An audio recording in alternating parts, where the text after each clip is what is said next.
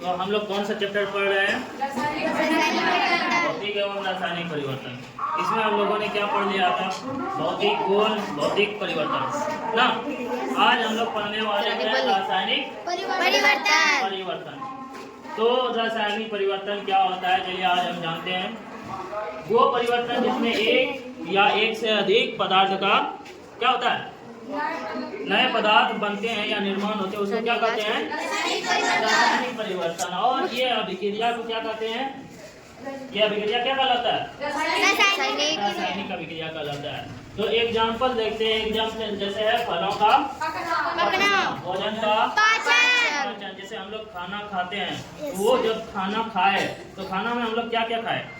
चावल, दाल, रोटी, ये सब खाते हैं ना। लेकिन जब हम खा लिए, अंदर जाके सब एक साथ जब मिल गया तो वो कुछ और बन जाता है ना।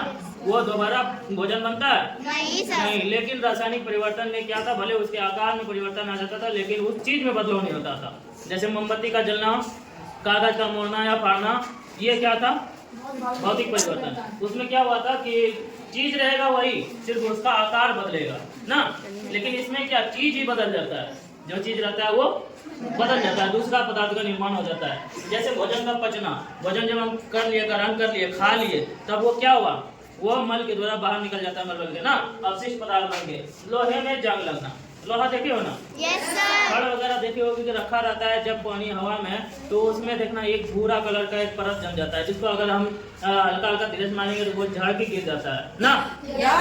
वो लोहा क्या हुआ? बदल गया।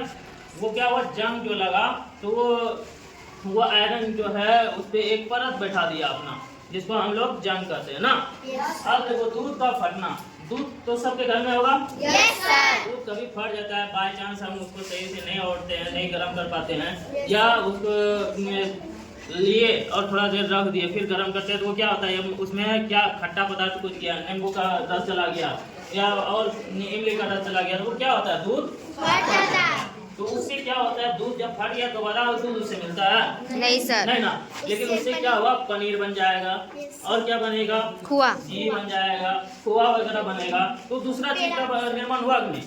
तो ये क्या हुआ? ये सब रासायनिक परिवर्तन के उदाहरण है। अब हम जानते हैं कि जितना भी चीज का निर्माण हुआ है दुनिया में, ठीक है, कोई भी चीज, जैसे अभी हम लोग कोई भी चीज खाते हैं, बहुत तरह की मिठाई आ गया है ना। क्या आदमी सब मिठाई बनाने जानता था? नहीं जानता होगा ना।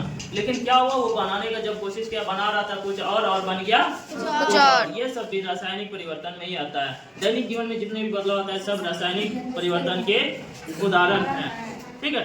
अब देखो, अब यहाँ हम लोग एक चीज जानते हैं कि कोई भी चीज जब रासायनिक परिवर्तन होता है तो क्या क्या हो सकता है, क्या क्या होगा? जब ये कोई दूसरा पदार्थ बनेगा तो उसमें क्या होगा? आवाज आ सकता है, आवाज होगा, गंध होगा और क्या होगा? रंग में परिवर्तन होगा।